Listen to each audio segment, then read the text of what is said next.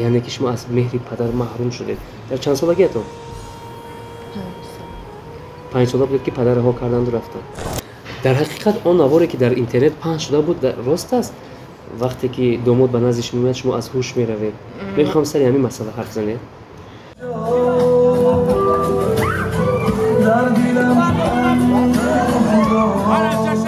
من جو اشتنامتون خیلی گرم میشم. و قول الفونس میگن که من خیلی بود مقصد کار نمیکرد یکانجا من ترانسپونسری میکنم چند خیلی در کره من راست خود کنم تو روزی هستی؟ من روزی نیستم نه که چیکار کنم آخه خونگی امورم مجبور شده دستم میگویند که شما از کیسه خود پول صرف کردن رو بد میبینید حالا هم تیخه با مردهای سمدار اسمس مینویسید؟ نه من اسمس نمینویسم ولی چون مینویسم شخصانی که از خط گرانیته گذشتن میخواهند با کمپانی بخ مراجعت نمایید. کمپانی باوریناک است. اقدام نو از فابرلیک تنها برای زنان و مادران. زنانی عزیز شما میخواهید که در خانه نشسته کار کنید و اعضای کمپانی فابرلیک گردید با شما توصیه میدیم که وارد شدن به این کمپانی حتما برای هوسگردانی به شما این کمپانی پول میدهد یعنی به مبلغ 75 سومانی با شوت شما میگذراند. شما میتونید در جای نشستی خود دوستان نزدیکان خویش تباران خود رو به این کمپانی جلب نموده تمام محصولات این کمپانی رو خریداری نموده طریق واتساپ کار کنید. در جای نشستی خود پول بیاید نقد نیست. پس زنهای عزیز به رقم‌های در زیر بوده زنگ زنید. با عرض و سلام و احترامی خاصه حضور یکایک شما تماشابین همیشه فعال کانال مهراب پرو.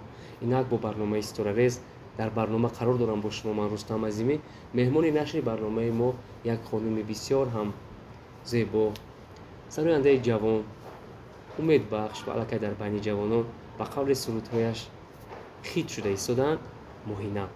ماهینه عزیز پیش از همه شما رو با برنامه استوریز خوش آمدید میگم که سخنی ما رو نشکسته مهمان شدید.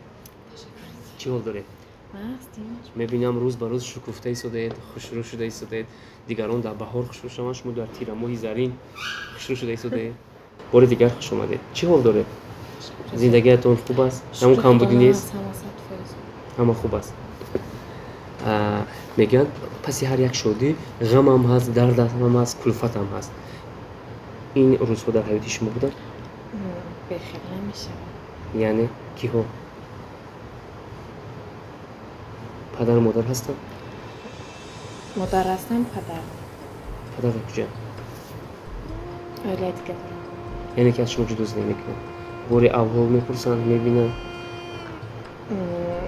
اول ها حضور چه حضورانی؟ فرزنده دیگه دارن یعنی که شما از مهر پدر محروم شدید. در چند سالگیتون؟ 5 سال بود که پدر رها کردند و رفتند. شما در بمانی مادر کلان شدید. مادر چه روزهای سخت و سنگین و اثر گذراندن شما رو فرزندان رو کلان کردن؟ بسیار هم روزهای سخت رو گذارم. خصوصا خودم کراچی شاید همه روزهای مادر بودم باید دوردنش. چه؟ دشوار است؟ بسیار هم دشوار است. شما چند فرزند بودین؟ 2 فرزند. دختر پسر؟ 2 دختر کلانی با یک خواهرچه. امروز شما با همون زحمت‌های مادر خویل شده؟ در حقیقت مادران نمیپرتویند. اگرچه پدران بی‌وفا باشند مادران اصلا در فکر پرتافتن فرزند نیستند. جای مادر را هیچ کس گرفته نمی‌داره. امروز با مادر خود چی پیغامی دارید برای زحمت‌هایش؟ مادر جان من تشکر زیاد برای که ما را صحت سلامت کلان کرده صاحب معلوماتی عالی کردند. برای همش تشکر زیاد چه جان دوستان ندارم. بهترین یک محبتنامه فرزند بود که با مادر خود ارسال کرد. زنده باشند مادری عزیز. و میگذاریم به بخش سوالنامه ها. شما مادر؟ چرا دست پاهایتون میلرزن؟ من جو اشتنامتون خیلی گرم میشم. شما ترس دارید؟ هراس دارید؟ نه ترس ندارم. چون خشته کاملا دستی باشه. بله. سوال اولی ما چنین است. ماهینه و سند پستی و بلندی دارد. چه خیل دیده و دونسته شما روی صحنه آمدید و همچون عنوان نام آوازخوانی رو به خود کسب کردید؟ من تا حال شناخته نیستم. وقتی که من صنعتکار خوردی میخواستم صنعتکار شم و من خصوصا میخواستم هنرپیشه شم اکتریسه. ام خشید که اومده سراینده شدیم. یعنی شما اول ریسک کردید در سوحه هنر یعنی که اکتریسگی کردید و قول نگذاشت. یعنی که گذاشت؟ Акы гузашту خیلی که با ما شوقم به سالندگی بیشتری بچید. بیشتر سرودهای کی رو گوش میکردید و هنر و مهارت کی رو دوست داشتید و با همین راه آمدید؟ ما تاجیکی کم گوش میکردم، سرودهای تاجیکی بسیار کم گوش میکردم. نه که کومیری من میگم. ولی آدمی را که ما پیروی میکردم تنها سرود داشته. شبنمی سرایو. مقصد دو کس استادای ما هستن. به حدامو دارم دوست میدارم. ایمای دکیم تو وجه گوش کردم. همه سروداش شمیدم. بسیاری ها نه به خاطر شهرت و شناخته شدن روی صحنه میان، یعنی به خاطر پولی مفت به دست آوردن سراینده میشوند. ماهینه و شما هم به خاطر پول روی صحنه آمدید یک شهرت؟ برای پول نه، برای شهرت. برای که من میخوام که اگر چقدر که من مبلغ داشته باشم، چقدر که من با خدمت باشم، با همون بیشتر من در صنعت رسخود کنم. من نقض میکنم در رسخود کنم. مقصد امی برای صنعتم پیش رفتن همه چی را کردم. پول از کجا می‌آورید؟ کار میکنم. کجا؟ مرکز دیلفروشی. یعنی در طرف خونه کار میکنید. در یک شب پول نقض می‌آورید که نه؟ خیلیش مخفی. یعنی شما رسخود میکنید با نمو کلیپ و ترانه و سرودهایی که شما میگیرید و میخرید، همین بود. تشکر. پول نباشد صنعت پیش نمیرود. میگویند که شما از کیسه خود پول صرف کردن رو بد میبینید و همیشه کوشش میکنید که یک نفر رو در همین کار غنیت کنید. درست است؟ نه. چرا میخندید؟ نه، من خودم رسخود کردن دوست میدارم. دیگه وقت همی در خودم در از خودم میسوره. مقصد من فکر پگام نمیکنم که من پگا باید چی کنم، چی کنم. چیزی داشته باشم برای خدمت، برای نزدیکم من دریغ نمیدارم. یعنی که با شما جوره شدن در کار. گپ نه. بهتره. و سوال دیگر، حالا هم تیخه تیخه با مردهای سمدار SMS می‌نویسید؟ نه، من SMS نمی‌نویسم، ولی خودم می‌نویسم. بیشتر چی می‌نویسن؟ چی میگن؟ شناسنامه شم که جو بیاد چیتون کنم. شناسنامه شم بیاد اونجا برم. با چی؟ من ترانسپونسری میکنم. چند خیلی در کارای من رسخود کنم. شتاب تراس ویزده کنم. آن گفتم که خانده میگیرم. شما باور میکنید؟ نه، عموما نه. وخوری میروید؟ نه. نه، اکنون نمیگم که نمیرم. ایسوسو پروسه همی اگون تاش مقصد میگه که بیا اگونجا برم بشینه. مقصد ایسوسو یا چورتا گپ زنه میگم خیلی بیام بجای کار من میشنم. خیلی جای کار دارم میرم نرمال سلام علیکم با کلینتون ما حافظه هم دارم. تمام. من بهترین و نمیشود که مقصد اگونش ایسوری محبت کرده باشه. اکنون میکنم اکی روی خودم دم مرغی دیدم بگه. چی مگر اگون بار شوهر کرده بودید؟ نه، شوهر کرده که نیستم. دوست داشتم. از عشق خیانت دیدید؟ شکست دیدید؟ خیانت، شکست، همه چی را دیدم. در حقیقت آن نواری که در اینترنت پخش شده بود راست است؟ وقتی که داماد به نزدش میاد شما از هوش میروید. میخوام سر همین مسئله حرف زنید.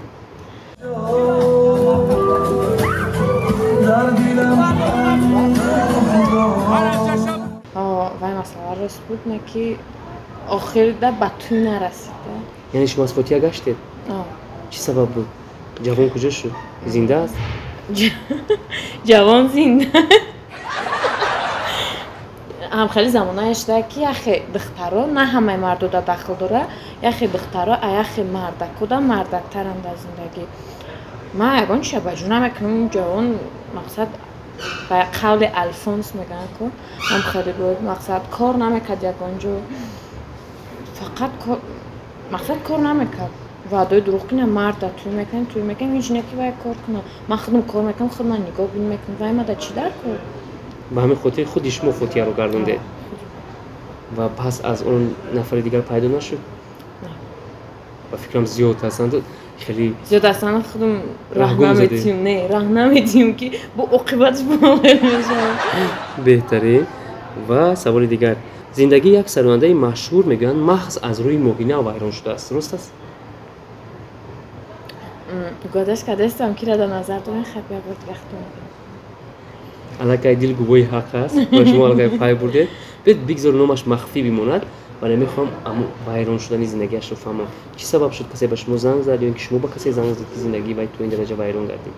من همه آدم کسی رابطه دوستی داشتم، همکاری داشتم. اول همکاری بود، بعد استا دوست شدم. من نمیخوام درباره زندگی شخصی آدم گپ بزنم، نه که سبب ویران شوی زندگی او را من نبودم، اوله او را هیچ چیز خوش میدونستم.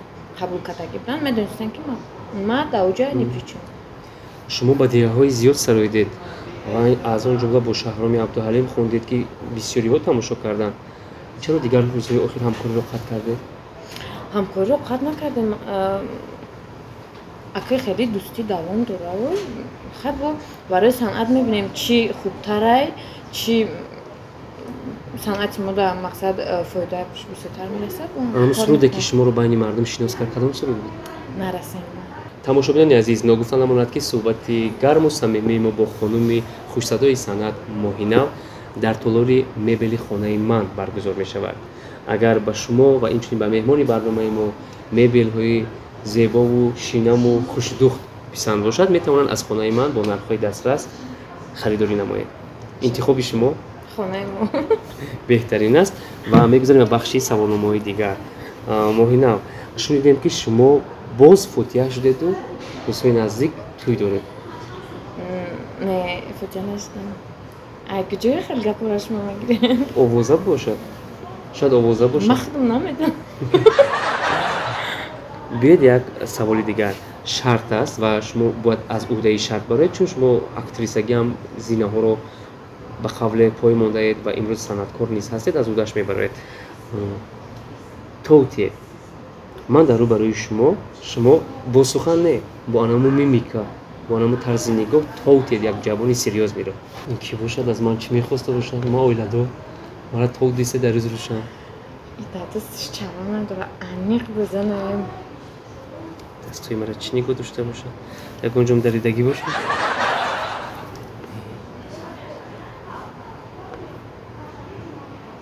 наверно духтари хушрӯю чӣ бояд хеле нигоҳ дошта бошад? ягон касро монанд кард? духтари хушрӯ шумо ягон касро монанд кардед ки нигоҳ доред? ба фикрам ман. шумо чанд сола?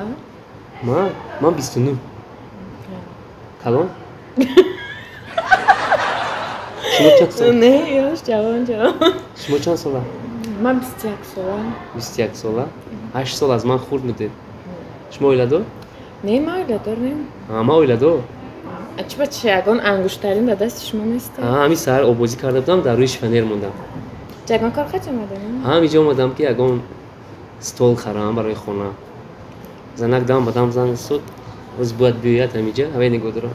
шумо чӣ кораед дар ҳаёт? ман деҳқон, ғулунг мефурӯшем. ғулунг тарафҳои мо ғулунгхӯрӣ биёед. гап нест. хай янгатон омад, ман равам. майли хай янгара гирем биём пишем мемон гап нест гап.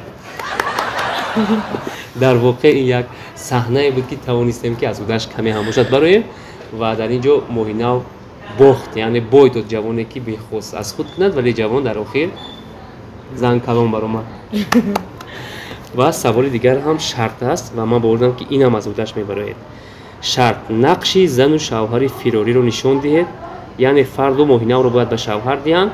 ман ба таи хонаи шумо омадам ва бояд шуморо гурезонам. мо монанд яъне ҳамин кино ба нақш гирифта будем, роли асосӣ дар худам будем. дастони маро медоред? доред. шарм надоред. дастони маро медоред? мо имрӯз рӯзи охирона мо аст. агар ки мо дастро раҳо кунем, шуморо шавҳар медиҳам ва ман ноком мемонам. ҳамҷа мешунем. мо бояд фирор кунем. не ҳамин хел гап мезанем. чӣ кор кунем? меравем ё не? мерем. ту розӣ ҳастӣ? ман розӣ нестам. не ки чӣ кор кунем? охир хонагиҳо мамора маҷбур шуда дестам. падару модарат мақсад падар модарам агар бифаҳманд ман гирехтам, маро мекушанд. барои ин бояд чӣ кор кунем? ман намедонам. ман интихоб карда наметавонам, айз падар модарам, айз шумо. ман имрӯзгӯ ба хулосае омадам ки аз баҳри ҳама чӣ мегузарам, не ки аз баҳри ту наметавонам гузашта. илтимос дастамро раҳо накун ва мо бояд фирор кунем аз ин ҷо. ман дастатро раҳо карда наметавонам. ба падар модарам чӣ ҷавоб медиҳам? мегурезем, телефонҳоямонро мешиканем, як зиндагии хубу осоишта мекушоем байни худ ва ҳамин ки фарзанддор шудем, як рӯз бармегардем ва онҳо ҳатман моро мебахшанд. یکی نبخشن چی؟ نبخشن من تو رو خوشبخت میکنم و نمیگذارم که اشک از چشمانی تو بریزه. بهترین در دنیای obraz چنان فرو رفتیم که حتی فکر نکردیم که اینجا برنامه است و فکر کردیم که یک عشق و عاشقی در حقیقت لیلی و مجنون است. احسن میگه موهینا در حقیقت هنری اکتریسگی نیز داره و سوالی من بعد چنین است. امروز پای چی کارو هستید؟ یعنی سرودهای نو میتونن تماشابین از شما انتظار باشن؟ سرودهای نو روزهای نزدیک سرودهای نو میشوند. کمتر در جدای صنعت استیکاد استیم ایسوبی مقصد مبلغ همیشه مقصد باید دو پرابلم‌های دیگه که انشالله روزهای نزدیک کوشش میکنیم که سرودهای نو به نو کتی کلیپش پیشکش میکنیم. با توی هم میروید؟ مقصد که چخیل تبریکات میروید؟ تبریکات. باری شده است که شما در یگان محفل با نفری جنجال کرده باشید، از حد گذرانده باشد و شما مجبور شده باشید که قهر و غضب خود را نشان دهید. من خصوصا جنگ نمیکنم. آدمی هم که کتی من جنگ کرده میشم از طرف نکنم و خوبه نشه کنم. حتی گجوی دکار کردم یکی گجوی مقصد محفل ها رفتگیم همه ما روزیم. تشکر. و امروز ما شنیدیم که دشمنی و بدبینی بین شما و یک چند همکسبان شما با تدریج مقصد دیده می شود و چی سبب است که شما دشمن داره؟ شما گفتن دشمنی بین شما و همکسبانتان خصوصا من دگان آدم دشمنی ندارم. این رئیست که دید میگم نکی نمیدونم اگر اگه کس دامد دشمنی داشته باشه نداشته باشه این مقصد نینی شخصی آدمه فکر و عقیده شخصی هم آدمه من او را نمیتونم بگم تو مرا دشمنی نکه همه او را من فهمیده نمیتونم خصوصا خودم دلم ده هیچ چی را وزبینه که گنده یکم بدبینی نمیتونم. موهینا این بود برنامه ما و سوالهای ما. چی سوال رو از ما انتظار بودید که ما ندادیم و خود با سوالی خود جواب بگید؟ نه همه نست بود. همه سوالا بودن و بود نشود پشایمان شد که انا من اون سوال رو باید جواب میدادم و من سوال ندادم. بمیم باید بود گریتیم. خدا خواهد باز صحبت ما با موهینا انشاءالله ادامه مییابد و در آخر با تماشابین ما چی پیغام دارید؟ کسایی که ما رو تماشا کردن زنده باشین، سلامت باشین، گیجوی در نباشین، آباد باشین ما شما رو تشکر و سلامت و سربلند موفق باشید تماشابین همیشه فعال ما. خیر.